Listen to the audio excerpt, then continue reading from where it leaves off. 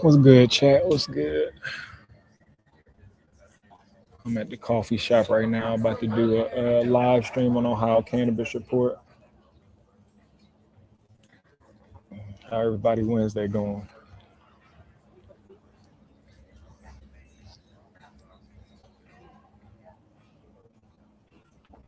Tap in with your boy. I'm doing some work on my YouTube channel. Make sure y'all go follow me if you're in Ohio. If you follow anything about gardening, uh, follow the Ohio Cannabis Report. If you're into sports and athletics and cannabis, I also run Athletes and Cannabis. These are independent media platforms where we cover policies, politics, culture, all things cannabis in these different spaces. So uh, obviously, it's still a taboo subject for many people. Obviously, a lot of these platforms are still against cannabis in terms of publicly having the conversation. And so my whole goal is to end the stigma by sharing conversations, sharing stories, following the policies at the state level and the federal level, following the business side of things um, in our state. So that's what I've been covering a lot lately. If you're here because of fatherhood or entrepreneurship or marriage, I recently just published two self-published books on Amazon. One is Gerald Moore Jr., The Blueprint to Earning a Division I Scholarship, Becoming an All-American Athlete, NFL Free Agent. That is an ebook. So if you are or have a young athlete that is interested in playing college sports, getting a Division I scholarship, that book is for them, coaches, parents. Kind of just shares my story. Everybody's story is different. But again, I went to Ohio University on a full scholarship, a full athletic scholarship, where I became a freshman All-American, top 10 in the nation in interceptions, top 5 in the country in interceptions for freshmen. Um, I'm a nonprofit leader, mentor, coach, trainer. The last few years, I've kind of fallen back just to spend more time raising my children and my family. So I've been a stay-at-home father.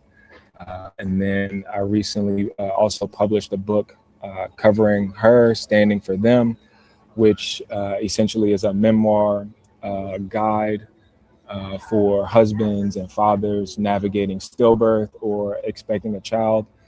It's a very touchy subject, obviously, grief, pain. It's a lot of things that we don't, like to discuss, especially as men, but especially as Black men. It is very prevalent within our communities and our families, stillbirth. And as men, we need to be more aware, more conscious, but also be willing to share because the grief process is very real. So this is part of my therapy, being able to share with the community. So you can go on Kindle or Amazon.com and type in my name, Gerald Moore Jr., and the book titles will pop up. Book is an ebook. The second book is an ebook, or you can order it as a paperback. So again, self-published. It's something that I kind of put together.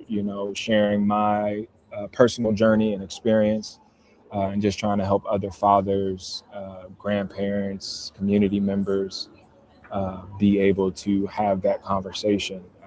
Again, we hear more so from the women's side of things, which of course, we have to hear from them. And, for me, I didn't really share a lot until my wife began to share, just to give her that peace and that space, because I don't speak for my wife and her pain and her grief. Our processes are different.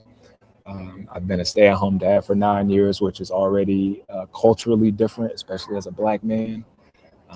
So again, it hasn't been easy because I haven't had tons of community in people and married couples and married men and fathers who are married to public figures, or dads who are married to public or figures who have been stay-at-home parents.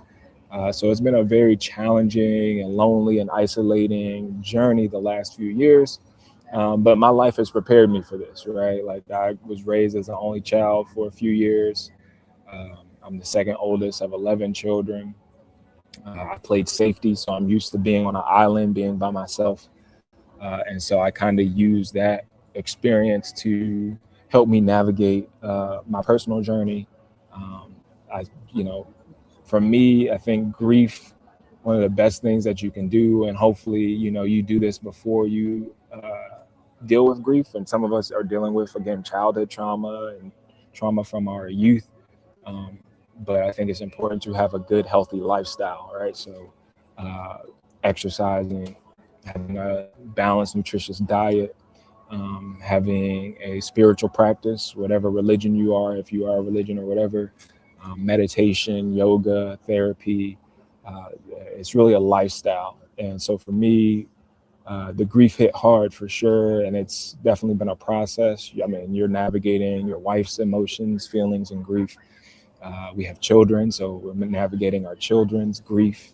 And everybody's timetable is different. Everybody's experience is a little different. So again, it's just a memoir and a guide to help and provide resources and support for um, fathers and family members who have experienced stillbirth. Again, I live in Columbus, Ohio, and Columbus, Ohio has a fairly high rate of infant mortality and maternal mortality rates, which they've talked about, but it doesn't get a lot